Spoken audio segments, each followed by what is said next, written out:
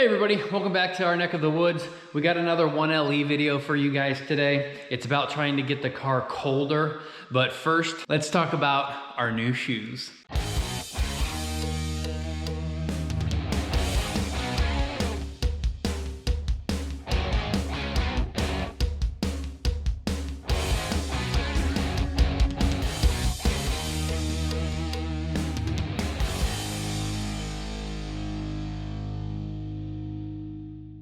All right, so unfortunately I already had about 20 minutes of video and I went ahead and deleted it all. So we finally got our Apex SM10 wheels on. I think they look pretty darn good. I had done a whole video on me going and getting these things mounted and balanced, and I did some work on Aaron's car and a whole bunch of other stuff, and I talked about why this car is overheating and what we want to do to fix it. And again, unfortunately, I deleted it, but basically we just went with some Yokohama tires here and the factory specs. So 305s in the front, 325s in the rear. These Apex wheels are the exact same offset and fitment as factory. So everything is basically 100% the same. They're just a regular street tire. I forget what they are. They're the Advin Apex V601s, a decent summer tire. I don't think it's the ultra max performance summer. I think it's just like a max performance summer, but they'll work. They've got great rain channels, so we no longer have to worry about rain and cold conditions where we're like slipping too much on the factories. And again, as I mentioned before, these are just cast aluminum or flow cast aluminum instead of forged, and that's just because those forged are like 10 times harder. And I know you guys have seen this before, but when we crashed the 1LE and we completely screwed up this rim here, all we did was dent it right here, give a little bit of curb rash right here, and there's nothing wrong with that wheel. We could bend that lip back out and probably have that as a streetable wheel and it would be fine. Yet when we hit that curb and we broke everything in the rear, we broke the axle, we broke the knuckle, we broke the hub, we broke 4 out of the 5 control arms. And that wheel basically didn't get ruined or hurt at all. So that goes to tell you, for the track, we want to go ahead and use the forged wheels, and we do not want to use these flow cast wheels because they are weaker. But that's what the car is going to look like. I know they're not black. On the 4th of July sale for Apex, they didn't have the black available, so they have this kind of like gunmetal color here. But I don't know, what do you guys think? I think it looks good. It's doable for like kind of like a daily driver now, and I think they work for me. All right, so on to the heart of the video. We've got to get this thing to get cooler. There's no performance that I've really seen be downgraded because everything is so hot. I just don't like the fact that I'm seeing my water temperatures over like 220 degrees, and I don't like that I'm seeing almost 280 degrees Fahrenheit on my oil. So we've got to get this thing colder. Even though it's not going into limp mode for getting that hot, I still want to basically make this thing run better and last longer so that we're not putting such intense heat into all of the components. Now, it starts from the factory that this car, if you didn't know this, has 11 freaking heat exchangers on it. The first 2 heat exchangers are inside of the supercharger here, and they basically just call them bricks. They're little like radiator looking things that when the air flows through the intake here, it passes down through the channels of the internal bricks and it helps cool down the coolant. Now, the supercharger coolant is its own system. It consists of the 2 bricks inside of the supercharger. It consists of a front mount intercooler up in here. Consists of an auxiliary intercooler over in that bumper. So there are basically 4 heat exchangers for the supercharger alone. Next up, if you look through the front bumper there, the next heat exchanger is technically the AC condenser. That really doesn't do anything performance for the car, but it is considered a heat exchanger.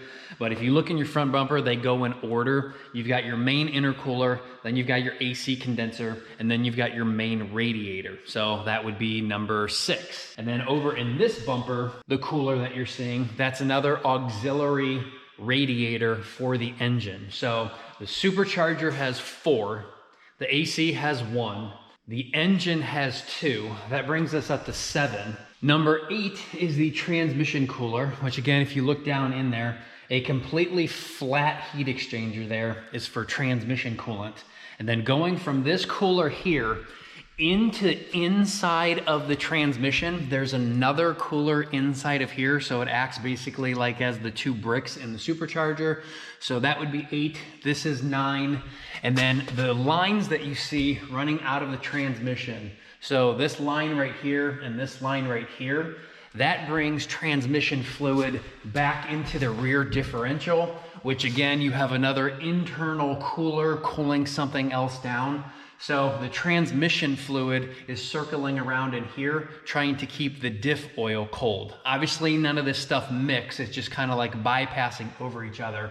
But number 10 consists of this. So the transmission has 2 coolers, the diff has 1 cooler, and then the last cooler that we have, which is my least favorite, is this guy right here. The reason why that guy is my least favorite is that is a water to oil cooler. The engine's radiator coolant to help cool down the engine oil. Obviously, as you saw, that thing's only about that big, about that tall, about that thick. It's just a really small little brick. And the radiator coolant goes in through there, and then the engine coolant goes in through there. Again, obviously they don't mix, but I don't like that because you've got up to like 275, almost 280 degrees oil getting bypassed by the engine coolant. So even though the engine coolant is supposed to cool down the oil, they're basically heating each other up because 280 degree fluid is going to impact 220 degree water.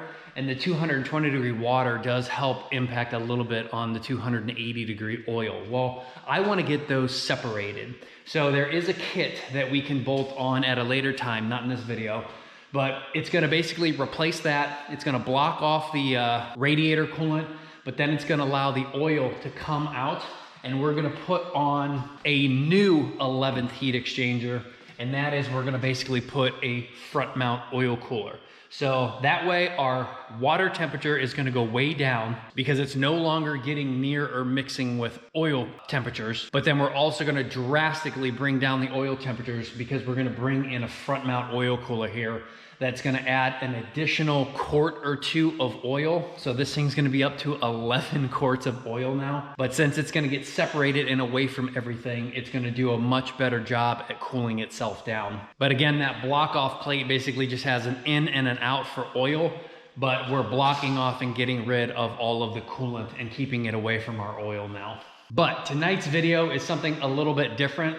Before we can do anything from the factory, we kind of have a problem with the supercharger's coolant. All right, so the problem that we have is the factory supercharger system for the coolant is completely sealed. The older cars, I guess, used to have problems. The factory wasn't bleeding the system properly, and whenever you get an air bubble or something inside of the supercharger, or it notices that the coolant's not flowing well, or if the supercharger is overheating because you've got an air bubble stuck somewhere, the car goes into basically a horrible limp mode. And you can only get this thing basically filled and drained from the factory, and we want to be able to fill and drain it ourselves. So from the factory, you pop this little cap right here, and inside of there is basically like a tire's Schrader valve. They hook something up into there, and they're like pressurizing and pushing and pulling the fluid and the air out. Well, we don't have that ability here at the house. So what we want to do is put on an external reservoir, kind of like the radiator's external reservoir. So that way we can bleed the system ourselves. So if we ever upgrade the front mount intercooler or the auxiliary intercooler over here on this side, we'll now be able to bleed the system ourselves, and we don't have to rely on Chevy to do it. And again, basically it's just tapping into the lines, putting on a external reservoir like that, and now the fluid is going to be dumping into the top of this external reservoir, so all of the air bubbles will go up top and can be released out. And on the bottom, the electronic pump over here that moves the fluid will be able to suck pure liquid and push it out throughout the system. So again, any air bubbles get deleted, but we're also gaining the benefit that we're going to be putting an external reservoir on here that has up to like an extra gallon of coolant. So the supercharger is going to get a lot colder from that 1 extra gallon. And again, it's just going to make our life a hell of a lot easier if we go ahead and we ever replace anything in the front here. Now, some people have had some luck here with a kit like this. You can get this off Amazon, and basically what it is everything inside of there is basically different adapters so that you can flush your radiator system. And the beauty is the fuel stopper plug inside of here.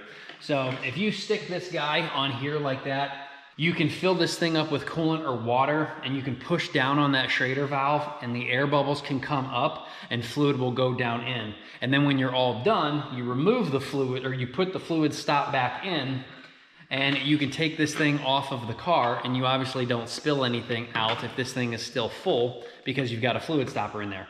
I'll link this on Amazon. It's very, very cheap, but this is also probably gonna help aid tonight that we're gonna get all of the air out of the system, which I don't think there is any, but it never hurts to go ahead and like put this stuff on and to actually check. All right, so first thing first, get rid of all the caps and everything. And again, here's your fluid stop. So we can put this guy on here, fill this thing up with fluid. And I did get this hose to help kind of fit around the factory nipple here.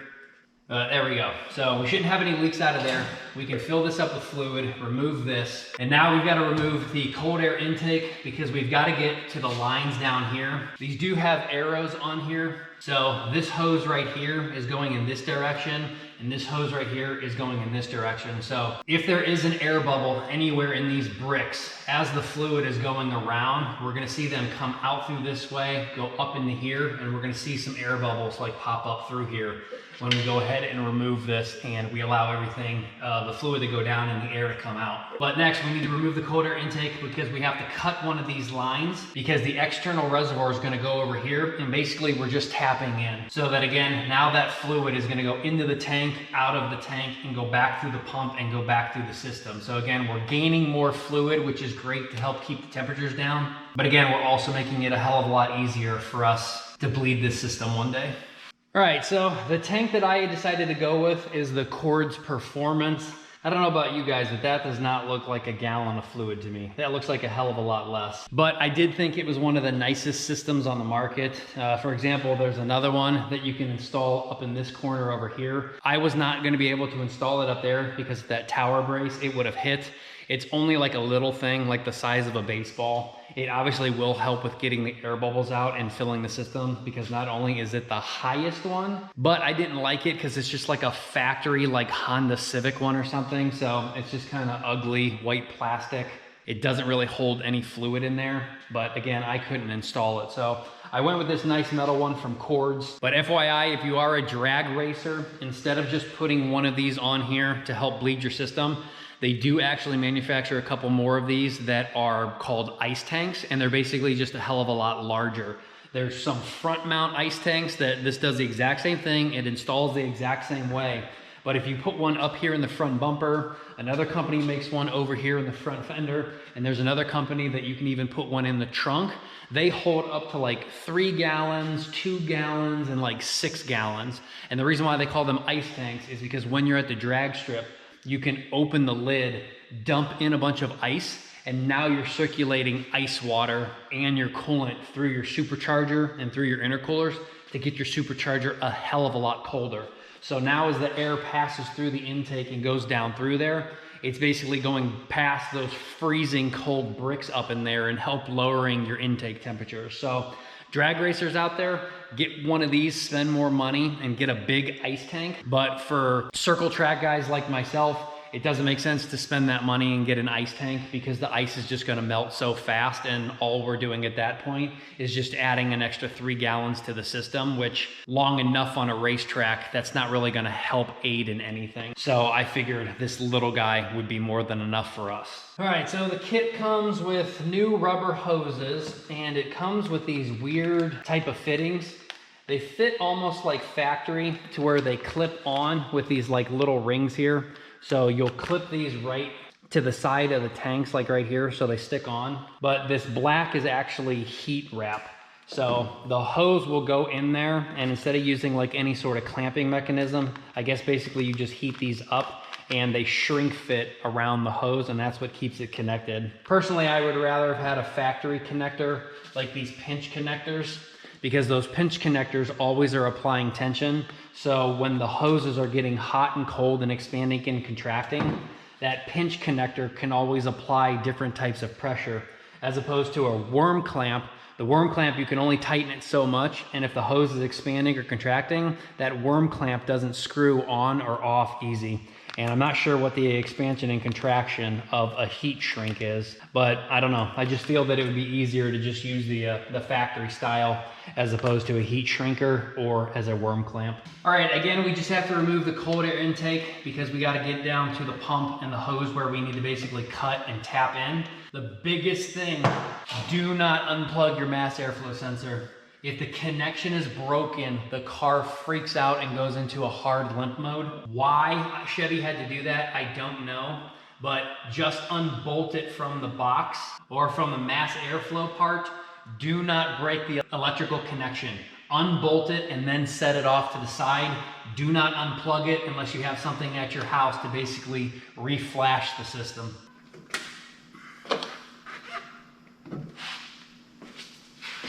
All right, so now that the cold air intake is removed, these are the two lines that we're talking about. I just need to figure out which one we're actually gonna cut and tap into. But again, all we're doing is basically cutting, and then this line is gonna go to the top, and like one of the lines is gonna go to the bottom. I just need to make sure, are we cutting the line coming from the electric pump, or are we coming back from the supercharger, which would be this bottom one here. All right, so there's no directions. So the first step, it looks like, get yourself a puller tool and get this plastic pin out of a hole right here in the back of the fan. And then that guy is gonna slip down in that section. And then that hole right there for this bracket, you're gonna bolt this guy to the factory fan location, and it's just gonna sit in there. And then I guess for that hose, it's gonna be kind of just a little bit more dangling now. See if you can't zip tie it to something and get it more secure, because now it's no longer gonna go in that little clip location on the back of the fan. All right, I wish there was another mounting location, but as you can see, the bolt goes through the back, the nut goes on the front, and now this tank isn't bolted down yet, but as you can see, it just kind of sits right there. And again, the reason why I went with the cords, I love that this now basically looks like it's a factory setup. All right, so what it looks like we're gonna be doing is, since the fluid is coming out of the supercharger in this direction, the bottom hose here looks like it's going right down on top of the electronic pump, which you can see the clamp right there. So fluid goes into the electric pump, it goes out the side of the electric pump, goes down this hose right here, and then it goes over into the auxiliary intercooler. Then it probably passes through the front and goes into the front mount intercooler, goes up and around through this hose right here that we disconnected from the back of the radiator. And then that brings it all the way back up and completes the system going back to the supercharger. So it looks like we want to cut the back hose, because now the electronic water pump is going to be sucking fluid out of the bottom of the tank, so it never sees an air bubble. It'll suck it out, send it through the pump, and send it through the system. But the top of this hose is going to go over here. So as it makes its return out of the supercharger system, any air bubbles will dump into the top. And technically, as when we go ahead and we fill this guy up, we'll leave the cap off, the air bubbles can come up out of here now. And again, the bottom is only going to be sucking pure fluid, because we're going to pre-fill this thing and get the water level pretty high. So that pump should never suck an air bubble, because it's always going to be sucking fluid from the bottom of the tank. The only thing that looks like a pain in the butt is getting these shrink wrap things off of this cardboard. It's very tight. I need to like crush the cardboard to be able to pull these things off. We just need to put these around these pre-cut hoses here, and then once they're on, I guess we'll just get a lighter or a heat gun, and we'll be able to crush those and shrink them around. All right, I am gonna get these pre-installed. It looks easier to do this kind of on or off the car, so these look like they're already pre-lubed on the inside. So I guess if I just push this guy onto there like that, we'll put on the circlip. And that's one circlip in. So again, as you can see, you can't pull this off now because this clip is retaining the plastic piece to the metal piece.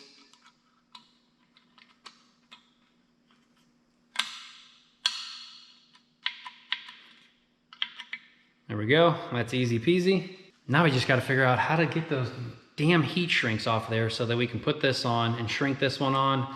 The short one looks like it goes to the bottom, because when we cut that hose going into the electronic pump, we can spin it around a little bit and make up the difference for this being a short hose, and we'll put that one on there. But then the long hose it goes on the top so that we can go all the way back and around and connect to what's coming out of the supercharger now. Holy crap, these things were sitting outside. I wonder if they kind of like shrunk in the sun or something. Obviously it was in the box and you don't want to scratch these, but like getting these things off of this cardboard.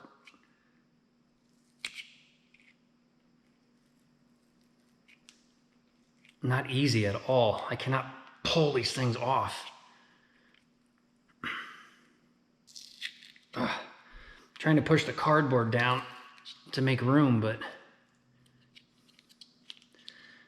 god damn, what a pain in the butt. All right, so I guess that's all you have to do, but now we need to get a heat gun and basically heat these things up, and that's gonna basically just crush around there, and hopefully that stays for a long time and these things never leak. All right, I think I'm ready to make the cut. They say not a lot of fluid comes out, probably because it's a sealed system, but I got a feeling it's still gonna leak out. But we're gonna make our cut on the bottom hose here. Again, this hose is coming from the supercharger, and that hose is going directly down into the water pump. I think we're gonna make our cut where this line right here has a little bit of straightness right there. And then this guy here will swoop down and will be connected back into there. And then we'll take the bottom hose and we gotta spin it around a little bit, and we're gonna make this connection to right here. Getting these shrink wrap fittings onto the plastic ones was very, very, very difficult. They were extremely tight. But let's cut this line. Let's see if we can get it popped on real quick so we don't lose any fluid. And then we have to put both of the shrink connectors onto the pipe up here and onto the pipe down there, or else we're gonna have to take it all apart again. So don't forget to put those on first before you make your connection point. So cut, control the bleeding. Fluid's probably gonna come out of this one first, so we're gonna wanna attach the big one first, which is gonna suck because we gotta spin this thing around. But we gotta attach these two as quickly as possible. So you need to buy one of those clamp kits that like squeeze your hoses and pinch off here and pinch off here. That way there would be a lot less minimal loss. All right, I think we're gonna make an absolute mess. Oh yeah, coolant's draining.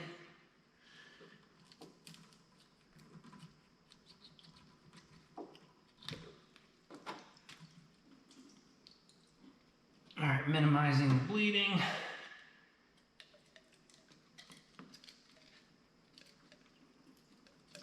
Get that one on there. That one on there. Spin this guy around.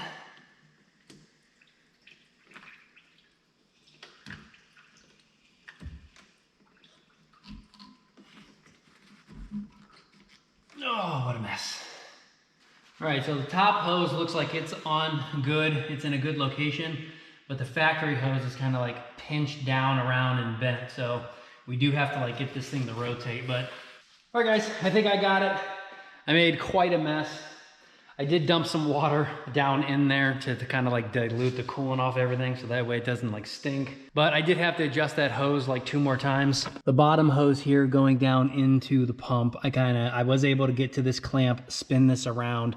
I had to cut it back like 2 more times, and now we're heat shrunk and we're put onto here. This AC line is a little tight against it, so might have to bend this out of the way or put something in between here so they don't rub.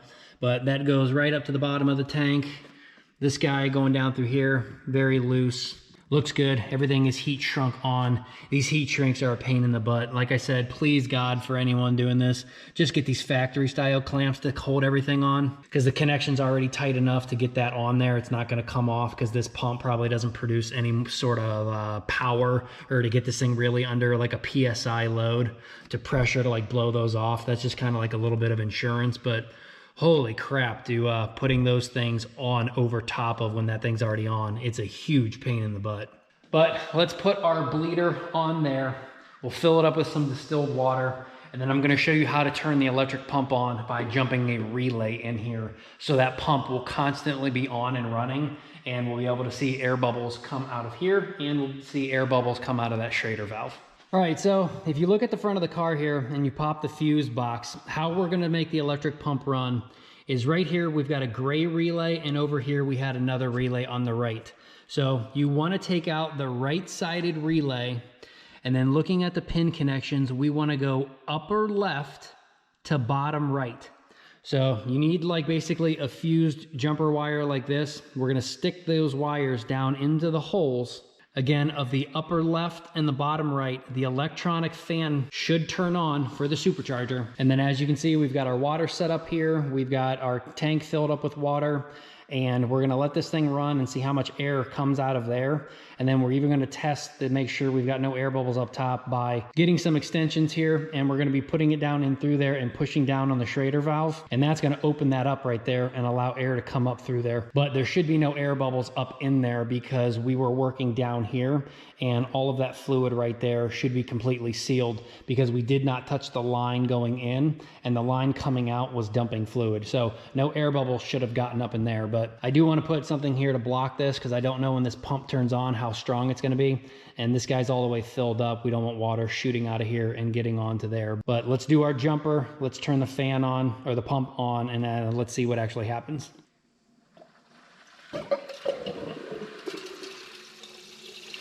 And there you go. That is a pretty powerful pump, actually.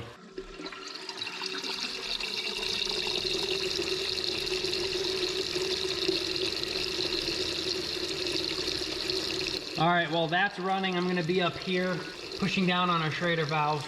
And let's see if any air bubbles come out of here now. Oh yeah, a lot of air bubbles. And it looks like with the hoses filled and everything, we need to put more water in here now. All right, that was not a full gallon because I spilled a lot, but how much that thing actually holds, it was actually only about down to here. So probably not even a half a gallon that's in the system. But I'm gonna let this run. I'm gonna keep pushing on the Schrader valve up here and keep bleeding any air out. And until I'm happy with it, I'll probably fill this guy up all the way to the top, put the cap on, and then we'll finish out the bleeding up over here. But that should hopefully get everything out of the system that we don't have to worry. And we can call this a done project. All right, everybody, done and done. The only thing that you have to do once everything is back together, make sure nothing's rubbing. So the two coolant lines going over here, you have to secure them to your cold air intake right here with a zip tie. So that way they're pulled back, because there is a pulley right there that these lines can rub on. So you're pulling them up and out of the way that way so they don't hit that pulley. And then there's a supplied zip tie with the kit. This guy was pushing a little bit too much on the fan shroud, so I wanted to zip tie that up to the bottom of the intake. So now you can see we've got a nice big gap there where it's not touching. And then last, that factory line right there, because we're no longer using that like zip tie location, because that's where the bolt is. Down in there, I attached that hard metal line that was running across over somewhere, so it's secure on that side, and it's in its zip tie factory location over there. So now nothing's touching, nothing's rubbing. I did go ahead and fill this guy up all the way and then sealed it, because this is a completely sealed system, so we shouldn't have any problems. If we do, I guess the only thing that we could do is either keep rechecking this to make sure that it's full, or go back up into here and recheck with kind of purging the system. The only thing I noticed though with hooking here and purging the system, this loses fluid. It almost like pushes the fluid up into here. So while you can get your air bubbles out by doing it this way, because that's now the highest point, you just have to come back here and refill this up, because not only does water shoot up, but the air bubbles shoot up also. And that deletes some of your cooler over here. And then last little thing I wanted to add, the factory radiator system has two expansion tanks. So you've got this upper expansion tank right here, but you also have the lower one below it. Apparently Chevy says that this system for the radiator is not 100% sealed, so you will lose fluid, you will lose coolant to evaporation. So if you look at the factory system, not only do we have a cap here, which is the highest point, but right down there, that little itty bitty cap right there fills up the lower tank. And there is a line on the lower tank on the inside over here. And when I just checked that, the bottom tank was completely empty. So I don't know why there's two tanks. I don't know why there's two tanks that are separate, but if you look at your manual, it does say that when you put fluid into your system, you need to put it into the back one in that tiny, tiny little cap. and keep the bottom tank half full while the upper tank is 100% full. So if your bottom tank is completely empty, you need to fill that back up, or else your radiator part of your cooling system is going to be short. But that's it, guys. We got it done. It's a little messy, lost a little bit of fluid. I'm all sticky now, but at a later time, when we go and actually replace the front intercooler or heat exchanger, and maybe the side one over here on the driver's side, and maybe even the auxiliary passenger one, because Weapon X does make a 3-part kit. You can change out all 3 of them. We're basically just gonna get sticky and wet all over again. So I've got plenty of distilled water that we'll go ahead and put in this thing so that we are legal for the track. We'll go ahead and put water wetter with the distilled water, so that way we still get some slippery action and it's not gonna like corrode on the inside. But then you wanna use the distilled water because it's got no minerals in anything of it to like basically clog up your stuff. So, but this, I think, to me, is part number 1 so that we don't have problems in the future changing out any of these heat exchangers. And we'll see if that starts dropping our temps. But we do have the block off plate for the oil pan ready to go. So I just need to get a front mount oil cooler and the lines that will bolt to that guy, and then route 2 lines up in here that will route to a front mount or a front mount oil cooler. But that will be in another video. And then I think that's drastically gonna help our times out. But I'll take you for a test drive in the morning to make sure that everything goes okay, and then we will wrap this video up then. All right, everybody, just took the car out for its first shakedown. Everything went flawlessly. There's no leaks. Not that I expect there would be. I was not able to get any check engine lights or anything to happen with the supercharger, taking it on the highway and getting it up to speed and hopefully getting it hot. I do not know if the supercharger water pump kicks on 24/7 or if it has to get up to a certain temperature before it starts to flow. So that way it doesn't always flow really cold coolant, because obviously in the middle of the winter, I don't think you'd want that thing running like 24/7. So kind of like the thermostat in the car, it doesn't open up until it absolutely needs to, so things can get up to temperature. But again, was not able to initiate any sort of leaks or check engine lights, so it looks like we are bled properly. But the only way that we're gonna tell is if we actually get to a racetrack and see if there are any air bubbles caught.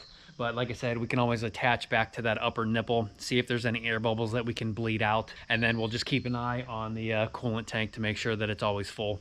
But again, wrapping this up here, comment down below. Let me know what you guys think of the wheels in this kind of like gunmetal color, that they are not the factory black. Personally, I still think they look awesome. But we will be back with another video on the 1LE when we get the front mount oil cooler purchased. And right now I'm actually gonna start on some stuff on Erin's Miata. So that will probably be actually the next video. And talking about what mods we wanna do with her car. And the next one again, hopefully will be the oil cooler and the next track day in this guy here. So hope you guys enjoy that one about how to install the Cord's Performance auxiliary tank. And like I said, if you guys go with an ice tank, it's pretty much the exact same procedure. And again, let me know what you guys think down below. Until next time, take care.